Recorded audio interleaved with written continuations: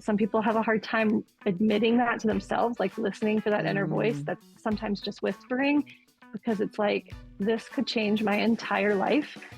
Because I think the stakes are pretty high at midlife. We're pretty settled into, at this point, whether it's career, relationship, parenting, taking care of elders, mortgages, like whatever that is, that groove is pretty well carved by the time we hit 40, that it's like, this could disrupt everything and rock the boat if I listen to whatever that whisper is.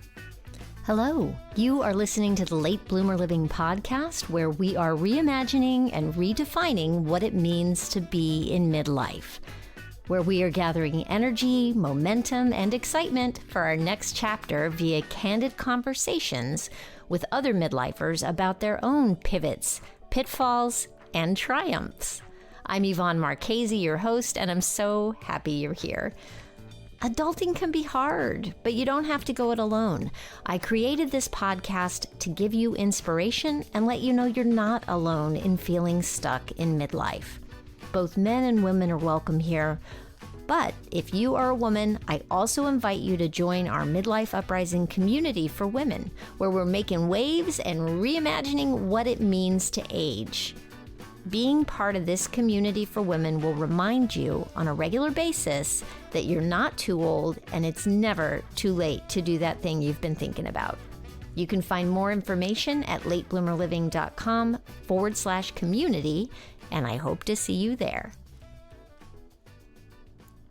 Hello, my friend.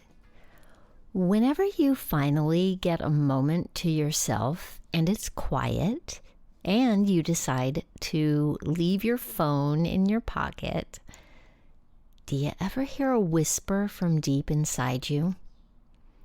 It happened to me when I started taking time in the mornings to meditate. As I was approaching the big 5-0, I also did a lot of journaling. Those whispers that I heard eventually turned into a louder voice in my head that kept telling me I needed to start a podcast. In fact, next week I'll be celebrating 3 years as a podcaster. We've all heard of the midlife crisis, but one of the reasons I started this podcast is because I no longer believe midlife is a crisis, and I want to spread that message as far and wide as I can. Things happen in midlife, sure. We may not like all the things that happen, but I have come to think of this time in our lives as an awakening, as an opportunity. My guest likes to call it a midlife emergence. I think she's spot on. My guest today is Jen Berlingo. She's a midlife coach, a licensed professional counselor in the state of Colorado, a nationally registered art therapist, and a master-level Reiki practitioner. After 2 decades of guiding hundreds of women through life's major transitions and experiencing her own passage through a fiery midlife portal, she was inspired to step back from her work as a therapist and become a life coach. She was also inspired to write a book titled Midlife Emergence: Free Your Inner Fire. She's here today to talk about her journey to becoming a life coach and author. So without further ado, here's Jen Berlingo. Let's go. Hey, Jen, thanks so much for being with me today. Hi, Yvonne. Good to be here. I am so excited to talk to you. I have questions. Yes. I hope I have answers. So you used to be a practicing psychotherapist, and you are now, you flipped that a little bit to becoming a coach, and you've written a book. And I want to hear what prompted you, like what was, I'm assuming there's a pain point in there somewhere, because usually there is when a change like that happens. So I'd love to know what prompted you to switch gears. And what made you feel like a book was in you that needed to come out? Since I was a little kid, I wanted to write a book, and I know that I wasn't ever sure exactly what that would be. I've been a psychotherapist and an art therapist for a couple decades, and I thought maybe I would write a book along those lines. That's a personal growth type book, but it just wasn't. Throughout my 30s, it didn't come to fruition. And when I entered my 40s, I'm 47 now, a whole lot of different parts of my life were shifting. And there were so many different parts of me that felt like they weren't being expressed. They felt invisible around in my career, in my sexuality, in my relationship to my ex-husband, who was my husband at the time. So a lot of things, a lot of different factors in my life were feeling like they were just burning inside. And there was like this longing and this yearning, and I couldn't quite put my finger on what it was. Actually, 42 is when astrologers call the midlife, like what we would call the midlife crisis, they call the Uranus opposition. So there's this astrological name for it, but basically what it means is anything you've repressed or held down or that is unexpressed is just begging to be unearthed. And you can feel the rumblings of that for a couple of years on either side of that transition time. But I remember just feeling the peak of that happening for me then. And in regards to the career part of that, like what you asked about, I was in private practice as a psychotherapist, and I was working with women during transitional times of their life. I had been doing that for quite a while, and it felt like there was something else in me or another way I wanted to bring myself more forward in the therapeutic relationships. And I ended up pausing my private practice and going to this program. It was like a 4-month sort of women's circle / ceremony type of program in Boulder, Colorado, which is where I live now. At the time, though, I was in the San Francisco Bay Area. And it was called Courting Your Medicine. And it was about like, what is your purpose? What is yours to do? And it's a question we all ask so much. But really in that summer program, I came for 4 4-day weekends over that summer. Oh, wow. And started to really focus on how to recognize what it was uniquely mine to offer, what my medicine is what they were calling it in the program, how we can't not be that in the world, and how to really bring that forward in a different way. So I began to think about how I wanted to be of service in a different way and in a way that felt more authentic to me. And then after that, ended up moving to Boulder, back to Boulder, which, is where I am now and where I had gone to graduate school in my 20s. So when I moved back, I decided to change my practice and to pivot to a coaching model rather than psychotherapy model. And that really started to kick up a lot more when the pandemic hit in 2020, because I could no longer have a private practice where, clients were coming in to see me. So really working remotely with people all over the world rather than just in my home state, which is what happens when you have a counseling license. You work with clients only in your state. But as a coach, you can work with people, anywhere. So that felt really expansive to me and offered like a wider reach, and the type of work just feels more congruent with who I am. Yeah. So that's a long answer. Yeah. So when you moved from the Bay Area to Boulder, did you have to change your license as a psychotherapist? Did you make that shift and then decided to go in the direction of coaching? Yes, I was already thinking about coaching, but yes, because the counseling license are governed by each state, I had a license in California. And when I moved to Boulder, I had to get the license in Colorado. And so I Gotcha. did that. And I still hold the LPC, licensed professional counselor license for Colorado, but I don't actively use it as such. I'm only offering my services as a midlife coach now. Yeah. Yeah. And your book, let's talk about what was the inspiration for getting the book out in the world. Yeah, it was around very early 2020, right before pandemic time. I was participating in a project on Instagram. I love being on Instagram because it's visual. I'm an artist and I like to curate my feed for a lot of inspiration. And there's this project on there called the 100-Day Project. I just completed my 9th year of it. But at the time, I think I was in my 6th year of doing that project where you commit to something creative for 100 days. And this is around the time that a lot of things were stirring up in my personal life and my world, my marriage and my career, all of that.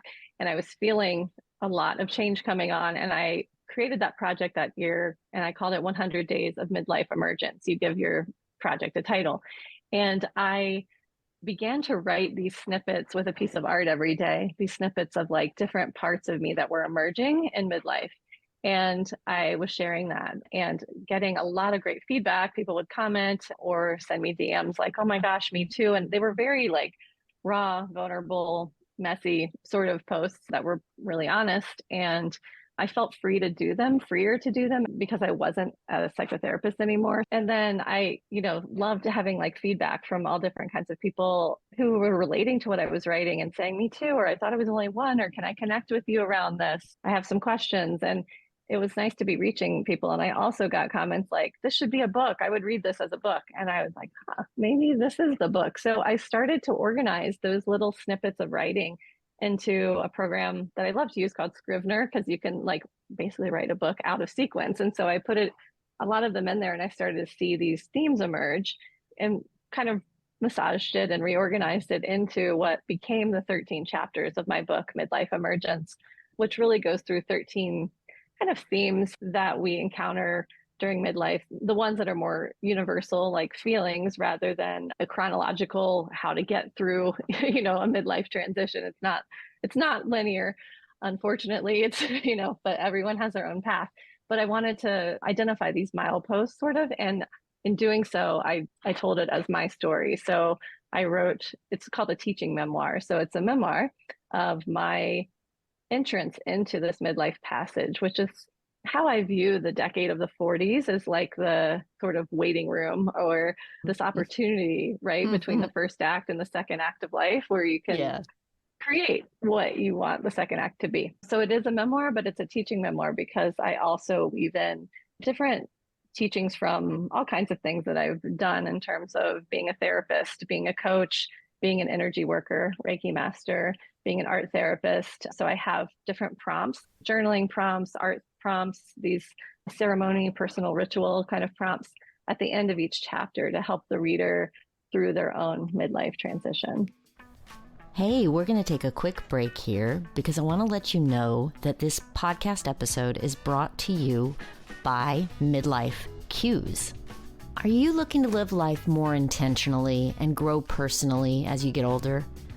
The Midlife Cues newsletter is the perfect solution for you. Every Sunday, you can open up your email to find a weekly newsletter filled with carefully researched resources and tools to help you live your best life.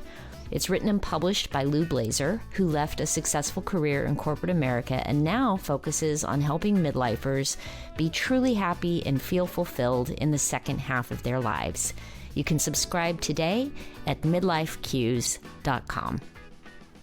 Are you comfortable talking a little bit about moving from your marriage and moving away from that marriage and what was going on for you there? Sure, yeah. Because I think that's something that a lot of people experience. I mean, women in midlife tend to initiate divorce more. Is that statistically correct? Right. Yeah, I have found that as well. And yeah, so my ex-husband, Craig, he's still my best friend. We had a very loving divorce. We were together for 21 years, married for 17. We have a 16-year-old.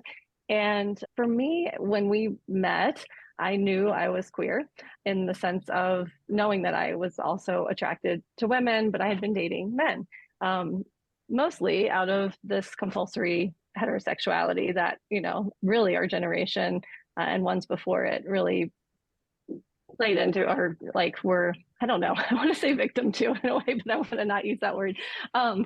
But basically, that's the idea that in a patriarchal society, we expect everyone to be heterosexual. It's like you're straight until you say otherwise, right? So growing up and being, asked like, oh, do you have a little boyfriend? And, just that normative. It's just an assumption of what is it, right? Yeah. It's an assumption that heterosexuality is the norm.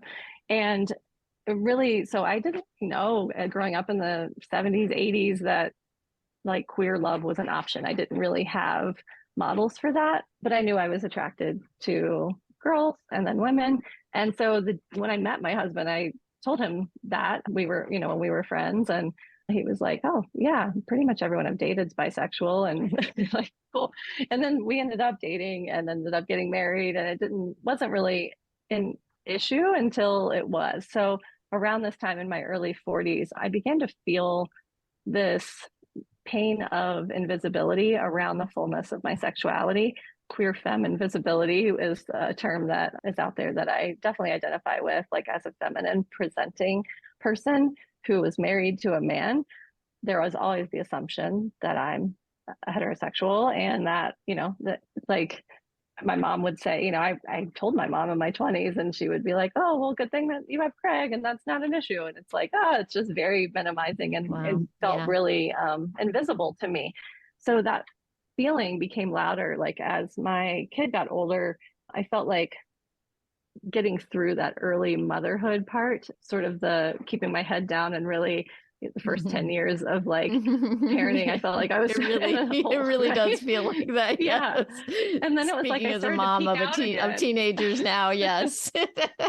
I can relate. Right.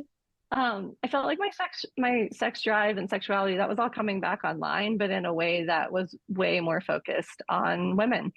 And so I started to talk with Craig about that. We were always really open about all of those things. And he was like, okay, we'll work this out. We'll figure out how this can happen. And we thought we could be creative with it and be like, okay, maybe ethical non-monogamy is a route to take, maybe open relationship. We researched all of that. It was not a light decision. We went to a couples counselor who specializes in ethical non-monogamy. And after a couple of years really of just theoretically looking into that and thinking about that, I did begin to date a woman and realized pretty quickly that that relationship structure, while completely valid and wonderful for so many people, isn't one that worked necessarily for me, my nervous system, my attachment style, or his. And we were like, this isn't what we want our marriage to look like. We need to take on a new form for our relationship. So we're still, we love each other very much. We're co-parents, and our family just has a different shape. And it's like this way of honoring the wedding vows that we took back in 2003 of like really allowing each other to be the fullest and freest expressions of ourselves. And this was a way to honor that, was to get divorced and to let each other be our more full, free expressions of self. So wow, I am blown away by the loving nature of what you just described happened between the two of you. That's amazing that you guys were able to navigate it in the way that you have been able to. Congratulations. Thanks, on Yvonne. That. Thank you. Yeah, it's been a tremendous heart expanding feeling and a learning experience, and not without a ton of grief, really, to let go of a very comfortable, very safe, secure, familiar, loving, beautiful life to step into something unknown, something where there's this seductive pull of mystery and growth and whatever it is I'm moving into, but really not know what form that's going to take. And we never really do, right? But it had no socially sanctioned path, so it's like, oh my gosh, this risk, but it felt like there was no choice. Once that ball was rolling, it's like, I need to actually not abandon myself here and really honor what the truth is that is coming up in me. There wasn't the option for me of putting it all away and stuffing things down and then pretending. There's so much damage done when we do that to ourselves, right? I'm looking at, the email that you sent me, and something really struck me in what you originally sent me. You said, midlife doesn't need to be a crisis or an emergency. Rather, it's an emergence, which I totally agree with, by the way. And then you went on to say it's an opportunity to make those beautiful, unexpressed facets shamelessly visible. It empowers the recovering good girl to take courageous steps towards full integrity in the second half of life. And I see you in that. And that is why I do this podcast. Oh my gosh, I'm going to cry. But that is what I think is possible for all of us, is to emerge shamelessly into who we are becoming.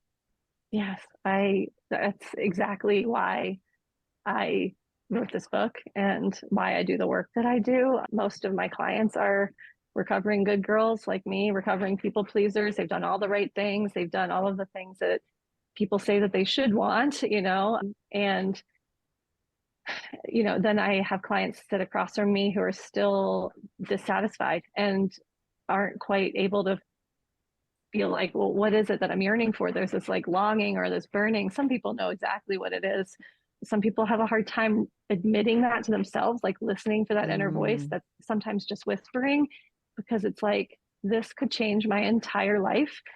Because I think the stakes are pretty high at midlife. We're pretty settled into at this point, whether it's career, relationship, parenting, taking care of elders, mortgages, like whatever that is, that groove is pretty well carved by the time we hit 40, that it's like, this could disrupt everything and rock the boat if I listen to whatever that whisper is. So it was important for me. My book opens with me admitting to myself what it is that needed to change. And it's like so painful, but impossible to ignore. Once that's there, it's like, okay, what's the next small step I could take that doesn't blow up my entire life, and really pacing my way through that.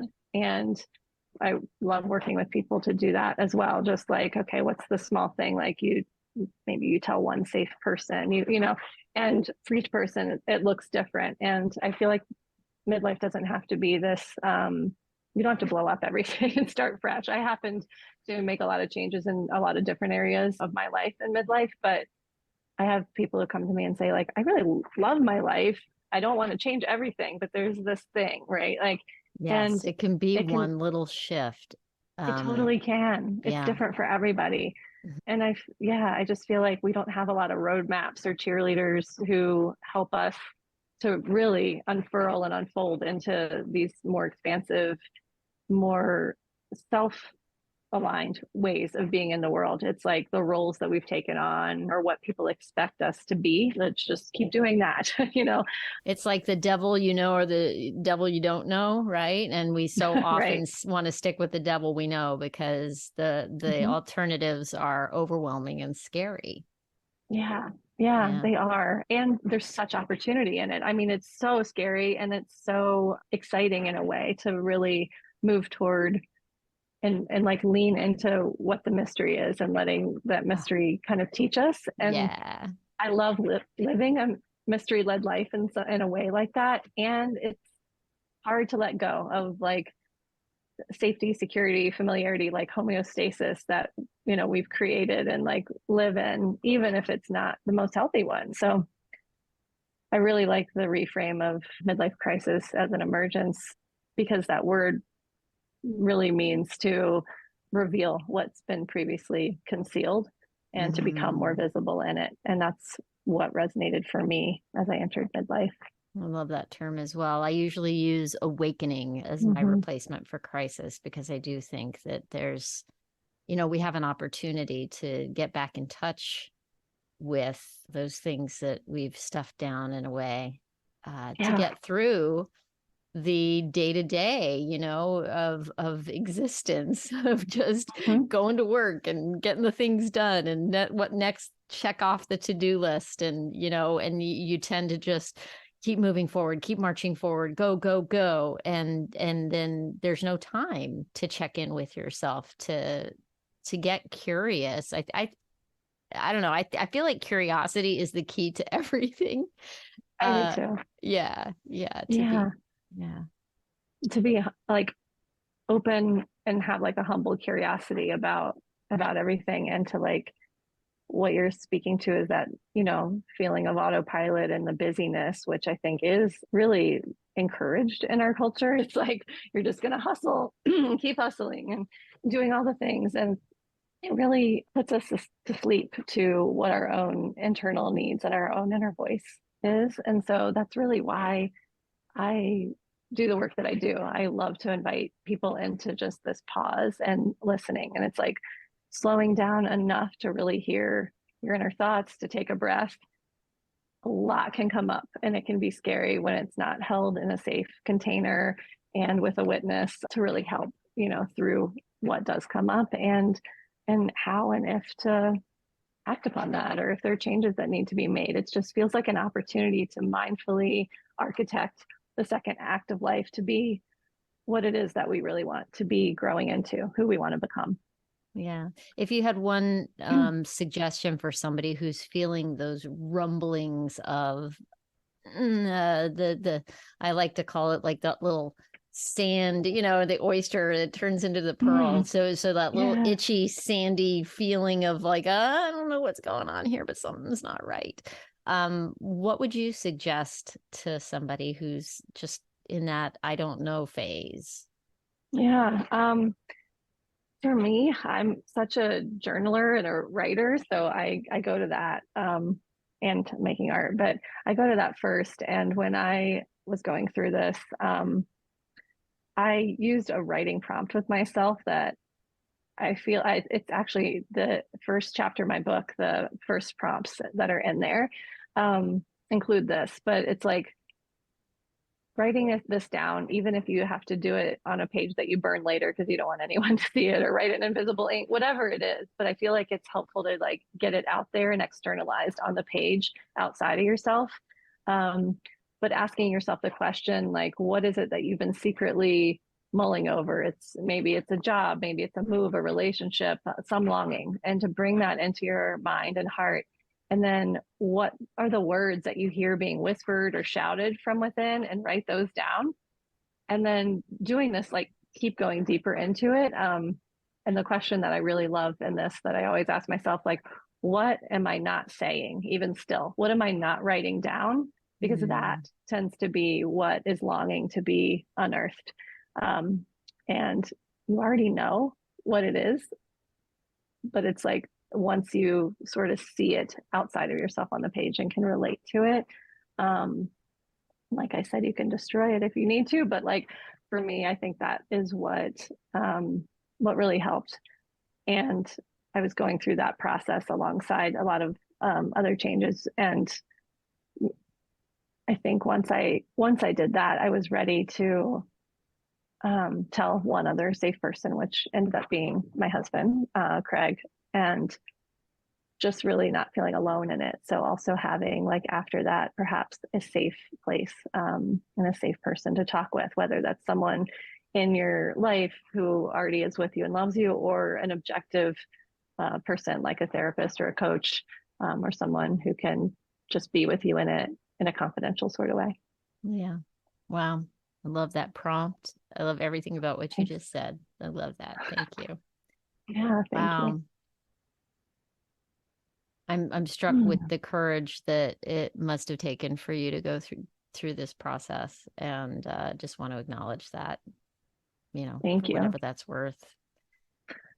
Thank you. Yeah, it does feel, yeah, it feels like it did take a lot of fortitude to kind of get through that. And the word courage, I'm kind of a word nerd as a writer, but I recently learned that it means, like, cur is heart. I think it's like a French root, but it means like heart rage. And that's how Oh, wow. it felt, right? It's like, Wow. but rage as in like passion, Yeah. and that energy we get around that. And that is such a great, for me, description of what I was feeling at the time. That's why the subtitle of my book is Free Your Inner Fire. It felt like this fiery rumbling. And I use a lot of volcano sort of metaphors in my book, of like this magma sort of brewing inside.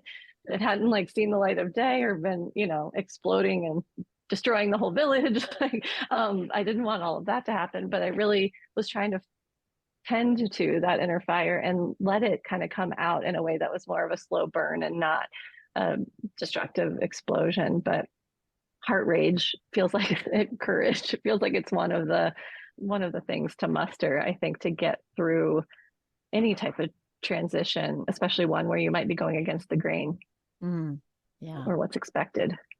Yeah. Wow. I'm just so glad to get this out into the world, because I hope that somebody who needs to hear this hears this at the right point in time. Mm, thank you, Yvonne. Me too. It's like what I have to remember. I have such a vulnerability hangover after, my book hit the shelves. Like, wow, why did I write all this down? It's very personal and very revealing. And I try to write it in a way, with care to those I love, because when you write something that is memoir, it really involves your closest circle of people because they're in your Yeah. life.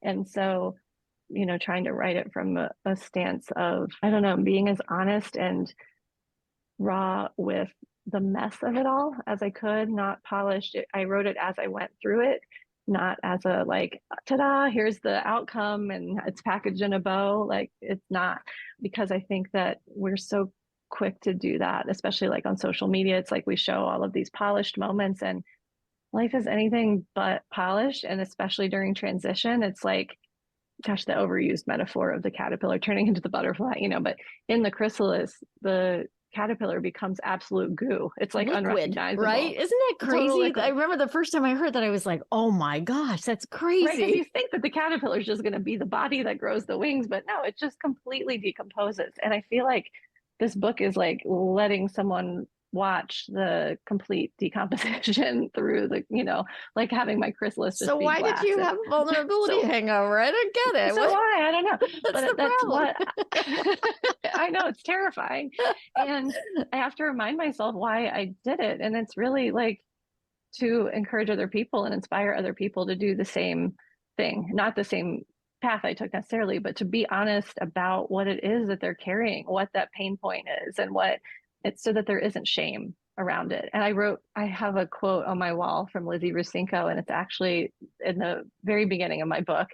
And I had it framed and it sat beside me the whole time I wrote the book. And it says, "The story you're ashamed to tell is the one that will set you free." And so that's right by my desk here. And it carried me through like, okay, I feel like in modeling that and in just saying the things that I don't want to necessarily be saying. I'm not like the hero in my book at all, in my own life and my story, but it is very human. And I want to have those really real and deep conversations and connections with other people. I feel like that's what we're here for. And I want to invite that. And so when I get the vulnerability hangover, I have to remind myself that like there's a reason behind why I published it. Yeah, absolutely. Oh, good on you. So what is coming up for you that you are excited about? What's new? Yeah, I'm very excited. This summer, I am rolling out a few guided but self-paced online programs that really dive deeper into different themes that might be arising for people in midlife, themes that I hear readers from my book responding and asking more about, and clients in my midlife coaching practice. So I have 3 of these coming out. One is called Queer Emergence, and it's around questioning sexuality later in life and overturning and unpacking compulsory heterosexuality, and just really trying to align with one's true sexuality, because I think that that's a piece of my book that a lot of people relate to, and I've been having a lot of conversations around. So I wanted to offer that. So I'm doing 3. So there's Queer Emergence, there's Soul Emergence, which is really around purpose and what will leave you with no regrets. Like that part of midlife where Eric Erickson in developmental psychology talks about like stagnation versus generativity. Like what's the generativity? What are you here to uniquely offer to the world? So that's Soul Emergence. And then the third one is Witch Emergence, really around finding your power and your magic. And that's a piece that we haven't talked about here, but I weave through the book just around that idea of like the witch wound and the fear of being like burned at the stake for living a more unconventional or subversive type of life, not the good girl life. So there's those 3 programs coming out that are guided by me, but self-paced. And then in September, I'm going to offer a Midlife Emergence group guidance program, which is a group coaching program that's live with me. And I also offer one-to-one midlife coaching to individual clients. So I have a few different types of packages. All of that's on my website, jenberlingo.com. And yeah, I'm continuing to just create more and more things. I'm an artist, so I'm always wanting to create, not just with writing, but the cover of my book's actually my art. So I'm also doing a lot of different visual creations and offerings too that are coming up. So yeah, you can find all of that on my website or Instagram. I hang out there the most because I'm visual and I like it as a platform. So I post there every day. My handle's just my name, Jen Berlingo, on there. Fantastic. And I will have links to the things in the show notes for anybody who's listening, driving right now, can't get to it. It's all good. Yeah. Just go to the show notes and we'll have you there. Thanks. And my book is out too. I meant to say, yeah. And it's available anywhere you buy books online. And that's Midlife Emergence, Free Your Inner Fire, right? Yes. Yes. Awesome. Thanks. Awesome. Well, I'm just so thrilled to have been able to have you on today. Thank you so much. Thank you too, Yvonne. It's been great. I really appreciate the opportunity to talk with you and your listeners. So thank you. Well, there you have it. I'm going to go back for a minute to repeat that thing that Jen wrote to me in her email. She said, midlife doesn't need to be a crisis or an emergency. Rather, it's an emergence. It's an opportunity to make those beautiful, unexpressed facets shamelessly visible. It empowers the recovering good girl to take courageous steps towards full integrity in the second half of life. I would expand that also to include the good boy. You know, people have a hard time listening to that inner voice. It sometimes is just whispering because of the scary possibility of changing up your entire life. The stakes are high, and it's scary to rock the boat. But at what cost do we hang on to the status quo? For how long can we bury our true selves before it starts to back up on us and become a health issue? If you want more information about Jen Berlingo or want to get a copy of her book, you can find a link to her website in the show notes at Late Bloomer Living. You can just go to latebloomerliving.com and look for episode 146. Thanks so much for listening. I hope you have a fantastic week. Stay safe and well. Talk soon.